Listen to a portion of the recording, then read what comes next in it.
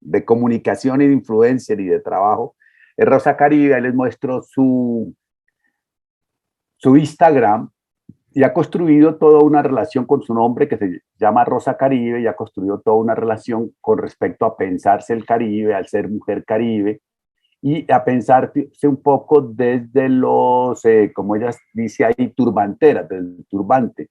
Turbantera, mujer afro, antipatriarcal y medio bruja, me gusta llevar el color en mi ropa. Esa es Rosa Caribe, que está con nosotros y que vamos a hablar, como les decía, para no yo hablar a nombre del Caribe, hablar con ellos. Se me perdió Rosa. ¿Dónde estaba? Por ahí. Ah, es que Aquí estaba abajo. estoy. Ya estoy. ¿Qué hubo, Rosa? ¿Cómo estás? Este es un Hola. curso de 100 personas que estamos pensando a Colombia, yo estamos pensando a Colombia desde lo afro.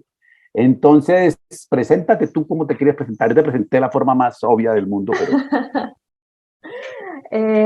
No, bueno, buenos días. Yo creo que esa es la mejor presentación.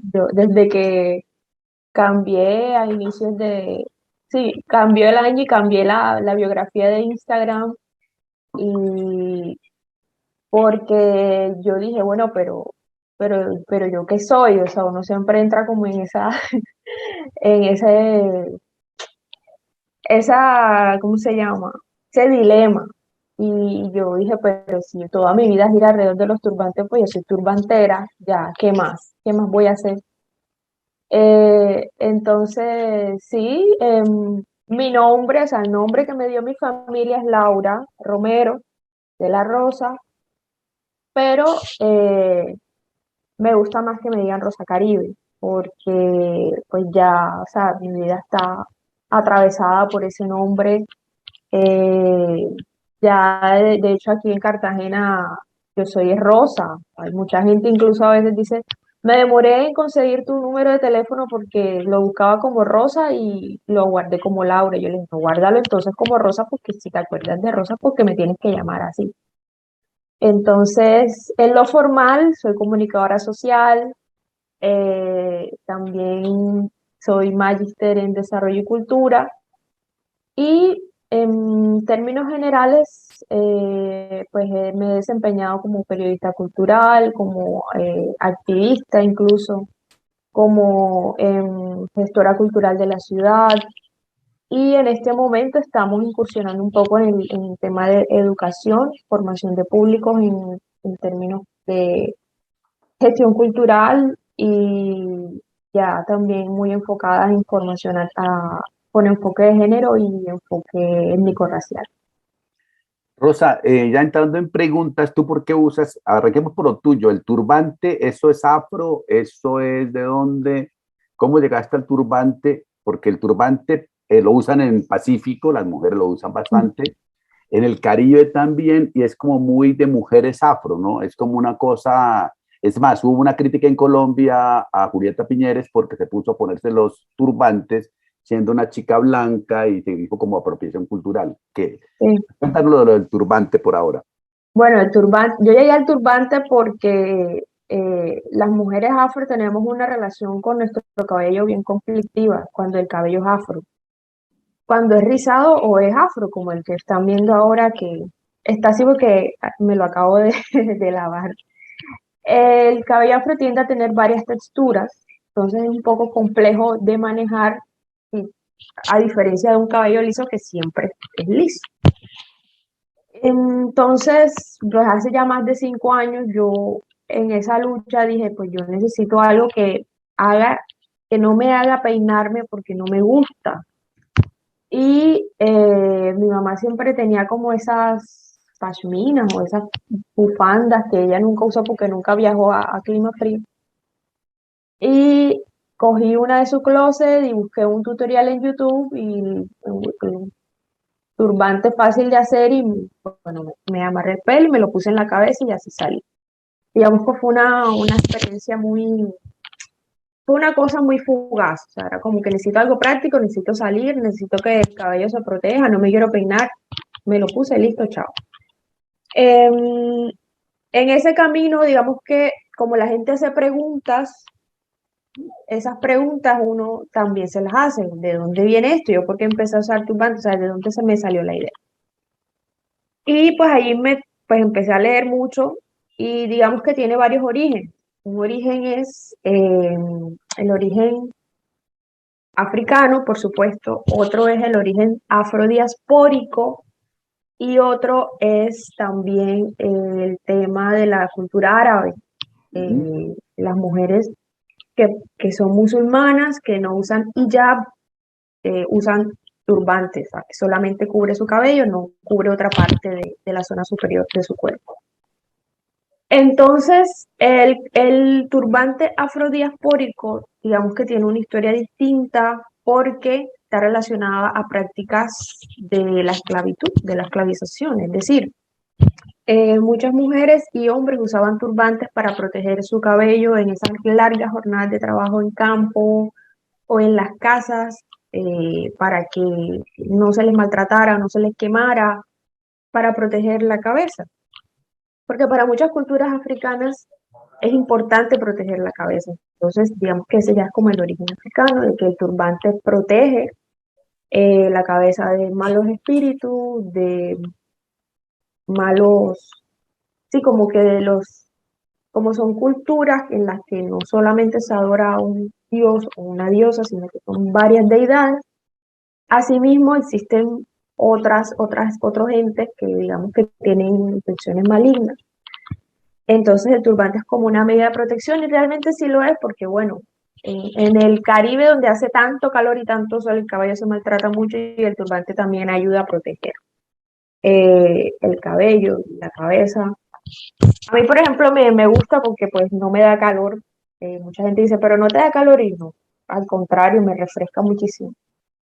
Entonces, bueno, esa es como un poco la historia y más o menos así desde que empecé a usar turbante, unos meses después que nace Rosa Caribe. Nace ya como ese performance que me ha acompañado todo este tiempo. Bueno, Rosa, ya entrando en el tema de la clase, ¿tú cómo crees que se representa en los medios lo afro? Dicho desde afuera, desde un cachaco blanquito, yo diría que para lo afro para los medios es como lo exótico, que es puro baile, deporte y sexo, como que no hay nada más, como que esos son ustedes y pare de contar. ¿Cómo lo leen ustedes desde esos análisis que hacen desde Cartagena y de los estudios culturales y ese tipo de cosas? Yo creo que eso es algo, aunque han sucedido cosas, por ejemplo, lo de Encanto, que digamos que gráficamente es muy acertado, es muy, muy bonito, muy, digamos que es una representación muy fácil de identificar, ya, o sea, no, está muy alejada de estereotipos y demás.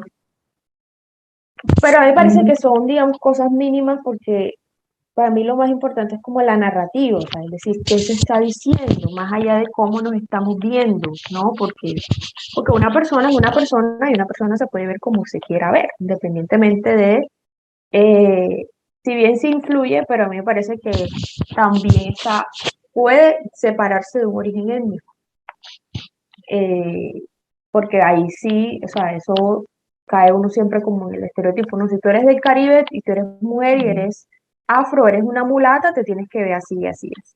Y te tratan así, o sea, te tratan como, o como se vende a Cartagena, que Cartagena es el destino para venir a consumir mujeres. Entonces, así la representan los medios y así viene la gente y así tratan a las mujeres en Cartagena como una ciudad llena de cuerpos disponibles, feminizados para consumir. Entonces, yo creo eso, ¿no? Si bien hay como unas cositas que se pueden destacar, que por ejemplo en cadenas nacionales de televisión aparezcan mujeres afro con cabello natural, por ejemplo, creo que es muy valioso y es muy importante. Al mismo tiempo, cuando uno ve las noticias, eh, la cantidad de muertos que hay de personas afro, por ejemplo, personas afrocaribeñas, siempre la representación o lo simbólico es relacionado a delito, a muertes violentas, y si son mujeres, por ejemplo, mujeres que se dedican a ciertas labores, Por ejemplo, pasa mucho en Cartagena con el tema de las playas, de las señoras que hacen masajes, de las mujeres palenqueras que tienen un estilo de vida muy específico, una forma de ganarse la vida muy específica, que tiene todo un entramado ahí que es complejo. Entonces, siempre nos ponen como en una contradicción entre como el bien y el mal.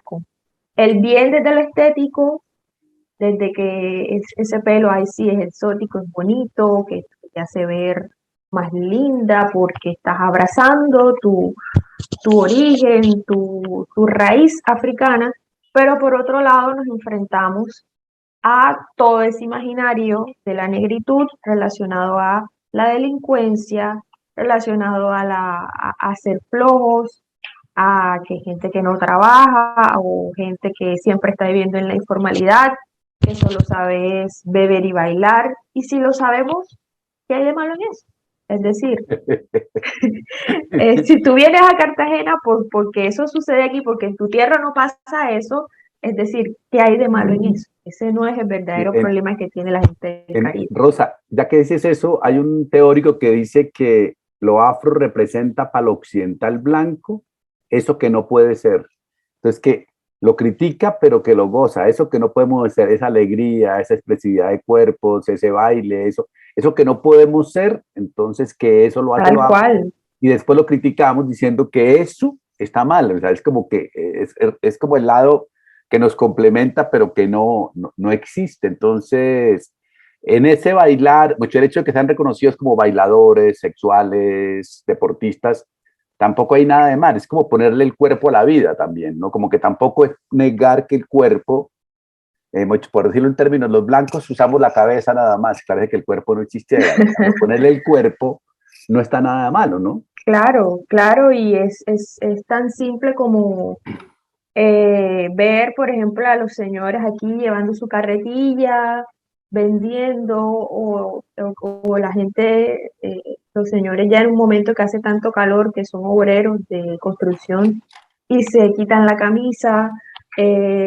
Bueno, las mujeres palenqueras también con ese performance que han creado ahí en el centro histórico, por supuesto.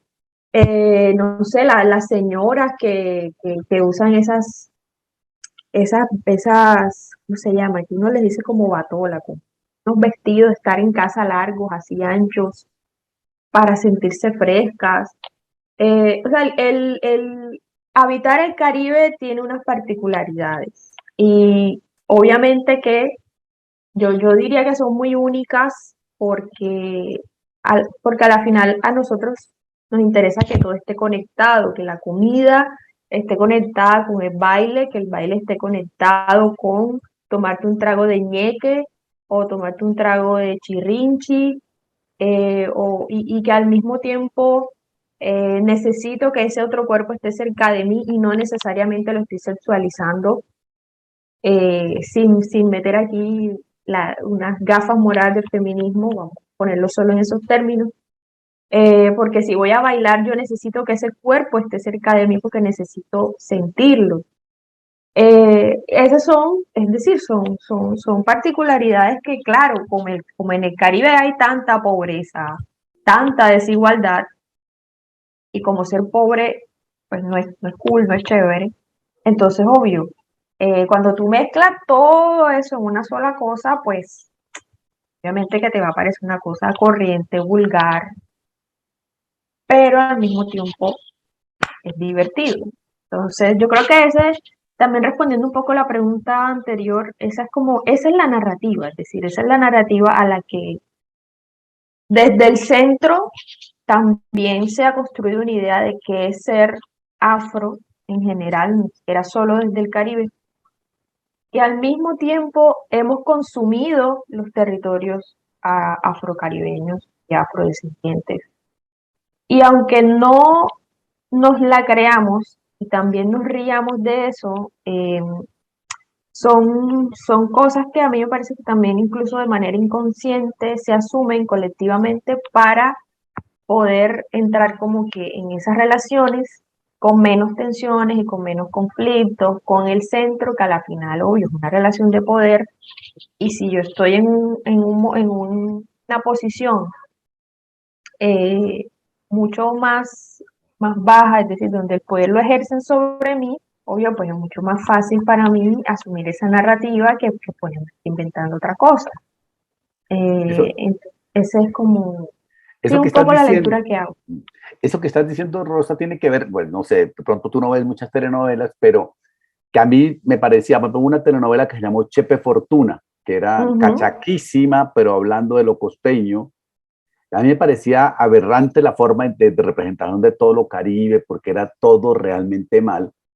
Y lo que me impresionó era que tenía mucho rating en Cartagena, en Barranquilla, en Santa Marta. Entonces, yo le pregunté una vez a una persona, ¿usted por qué ve eso? Y dice, porque es una cosa de cachaco, o sea, está todo bien, si ellos no quieren ver así, allá ellos, y yo me divierto haciendo eso, viendo eso, pero no es como que yo diga, esos somos el Caribe, esos somos nosotros. Eso es para ustedes los cachacos, pero está bien que se diviertan los cachacos, nosotros también nos reímos, nosotros también nos reímos de eso, o sea, como que hay esa capacidad de lo afro de decir, jugamos las reglas porque nos toca jugar todas las reglas que entramos ahí porque es una cosa de poder. Sí, es que es una relación de poder y también yo lo veo un poco, eh, esa capacidad de reírnos de nosotros otras, como un mecanismo de supervivencia, porque finalmente quienes producen esos, esas telenovelas, esos productos audiovisuales, pues hacen parte de un poder hegemónico. Entonces, ahí lo que me parece mucho más complicado es, sí, está chévere reírse de nuestra propia realidad, y hay muchos youtubers y hay muchos influencers de humor en el Caribe que hacen uso de ese recurso y me parece chévere. Charlie Marié, en su momento lo hizo el Torne, en fin, o sea, es un recurso muy usado en el Caribe porque es que la oralidad del Caribe es así, es decir, aquí no te dicen, ay, te voy a contar un chiste, no, mira, te voy a echar un cuento. O sea, y el cuento es largo y te echan toda la historia y tú te ríes, lloras, es, es onomatopéyico y bim, bam, obvio que si tú no estás inmerso en el contexto no lo vas a entender. Pero al mismo tiempo que podemos reírnos hasta de nuestra propia desgracia, también me parece complicado depender solamente de narrativas construidas por el poder hegemónico para representarnos. Entonces, por eso creo que esa fue un poco mi apuesta desde Rosa Caribe y performance, y digamos, como que también las relaciones que he construido a partir de eso con otras personas, con Rafa, mi esposo, que es fotógrafo, con el proyecto que estamos iniciando que se llama Imagina Cartagena y con muchas otras cosas que también he hecho y que siento que son también muy políticos. Y es, hey, bueno, sí, bacano que nos riamos de esas historias patéticas, pero ¿y nosotros qué estamos contando también? Es decir, si no estamos contando nada, pues es mucho más fácil que otra persona Ella lo lo cuente. cuente desde afuera, desde una visión distorsionada de la realidad. Yo creo que ese para mí es el reto. Ha sido reto mucho tiempo y sigue siendo un reto actualmente. Yo estoy de acuerdo contigo cuando dijiste al principio que no es cuestión de representación, sino de narración. Si yo te dijera, Rosa, proponnos cuál es la narrativa más, no hay correctas, pero la narrativa que a ti te gustaría que hubiera de lo Caribe, de lo afro en Colombia. ¿Qué narrativa te gustaría proponerle a Colombia? Bueno, yo no uso yo tengo TikTok, pero no lo sé usar porque yo soy millennial y me quedé en Instagram. Los centennials son los que ya están TikTokizados y los admiro por eso. Y ayer estaba en TikTok y entré a un perfil donde publican como eh, cortitos de Aida Voz. Ah, Y encontré unos videos de ese papel célebre que ella hizo de la niña Emilia. que es interesante cómo la niña Emilia logró que la gente volviera a prender televisor para ver Telecaribe. Telecaribe, a mí me parece, según lo que veo de mis papás, nada, mi papá lo prende el televisor para ver Telecaribe cuando están, a donde hay partidos de béisbol o, o para ver el noticiero donde solo se habla de las noticias que pasan en Cartagena, en Barranquilla y otras ciudades de aquí de la región. Eh, yo siento que esa es una narrativa interesante porque a la final la relación del Caribe con la ruralidad es muy cercana. Eh, yo creo que nuestras familias están muy mediadas por el pueblo, que mi papá, por ejemplo, mi papá es de San Onofre Sucre, y mi familia es entre afro e indígena, porque mi abuela es como descendiente de toda esta indígena del Sinú, de toda esa zona sabanera, y es cabello liso. Mira, mira, la gente, el pueblo. Esa es una narrativa que es interesante porque es muy genuina, muy auténtica, porque a la final así hablamos aquí, así nos expresamos, es decir, y nuestros acentos son muy diversos. Eh, un cartagenero fácilmente se da cuenta de una persona que es de Barranquilla. Un barranquillero se da cuenta de una persona que es de Cartagena porque golpea o una persona que es de Santa Marta. Y tú te das cuenta si es sabanero, si es de La Guajira, porque ve, primo. Entonces, eh, creo que esa es algo interesante que poco a poco también ha ido cambiando en distintas regiones Bueno, por fuera del Caribe se han dado cuenta de que tenemos diversidad de acentos, por ejemplo. sí, no. Y algo que también me parece interesante es que sería una narrativa, que es a la que yo le he apostado, es repensar un poco el tema del color. ¿Por qué? Porque eh, venir al Caribe también implica un poco de disfraz. Entonces, cuando tú vienes acá, entonces vienes es con la camisa florida y la bermuda. Todavía veo cachacos con media y chancleta, todavía los veo. El estereotipo funciona.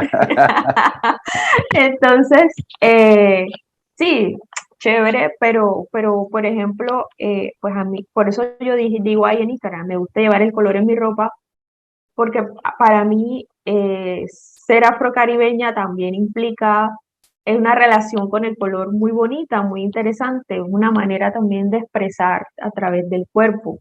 Y no necesariamente va ligada a exotización, puede que sí, pero, pero me parece que también representa esa diversidad,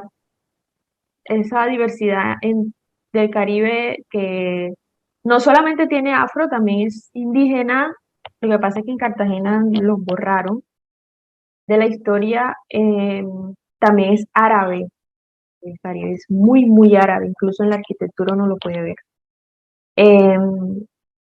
Y el color, eh, uno también puede verlo, pues el Caribe todavía tiene este tema arquitectónico de las casas, ya ahora es que están empezando los edificios, pero las casas y que las casas, mientras más coloridas, yo creo que la gente siente que se ve más bonita y todavía en los barrios populares puedes ver casas, bueno, barrios populares, que fue lo que dijo Ingrid ayer, Dios mío.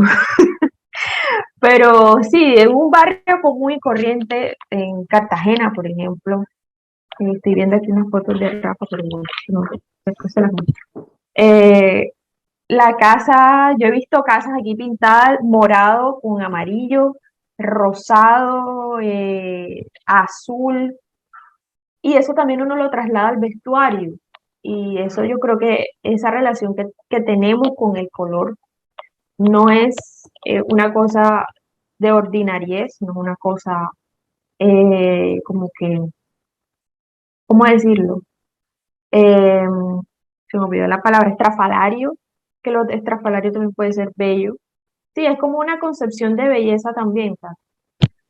Eh, Mi construcción estética diversa, colorida, brillante, bulliciosa, también puede ser bella. Yo creo que por ahí es la cosa cuando uno habla de construir como una narrativa que también sea disruptiva, como a ese orden o a ese estereotipo que se ha creado ya de cómo debemos vernos y cómo debemos ser. Sí, yo creo que es que el asunto es eso, asumir lo que uno es y asumirlo para construir relato, que no es una cosa de un lado o del otro, sino que uno asume para hacer evidente que eso no es, que la norma blanco, cachaco, que la pasamos de negro, Mm. todo gris, negro, azul, no es la única forma, sino que hay de expresarse y creo que eso es lo interesante. Pues yo te dejo, Rosa, porque ya te quité media hora de tu tiempo. Muchas gracias por estar acá y por compartir con nosotros tus maneras de ser. Yo pues invito a los estudiantes que quieren conocer más, vayan y miren el Instagram de Rosa y además del Instagram también vean los videos en YouTube. Si quieren aprender a usar turbante, en YouTube pueden encontrar todos los elementos, pero esto es como la parte para mostrar de Rosa, porque también es una mujer afro, antipatriarcal, y básicamente lo que estaba diciendo ahora, que me parece que es clave, que hay un movimiento que sobre todo conozco en todas las ciudades del Caribe y del mismo Pacífico que están repensándose desde adentro, y creo que en general eso lo reconozco y me parece que es brillante cómo están pensándose desde sí mismos, importándole sin negar lo otro, sin negar la pelea con lo otro, no están peleando, están es como reinventándose desde adentro y eso creo que es un valor que admiro mucho porque creo que en ese sentido estamos avanzando un tris al reconocimiento del otro y de la Colombia afro que tenemos, ¿cierto? Entonces no sé si Sí, quieres decir sí. algo al final. Quería dejarles como un aviso clasificado. Eh, en un viaje a Bogotá conseguimos este libro que se llama Afrografías. Lo publicó la Universidad del Valle y es de Óscar Perdomo Gamboa y es muy chévere porque hace como un recorrido gráfico desde la caricatura y desde Ah, diferentes buenísimo. formas de representar eh, lo afro. Y es muy chévere, no solamente se concentra en Colombia, sino que también hace un recorrido histórico. Se ve como un poquito Perfecto. ¿Y cómo se en llama el todo. autor? Óscar Perdomo Gamboa.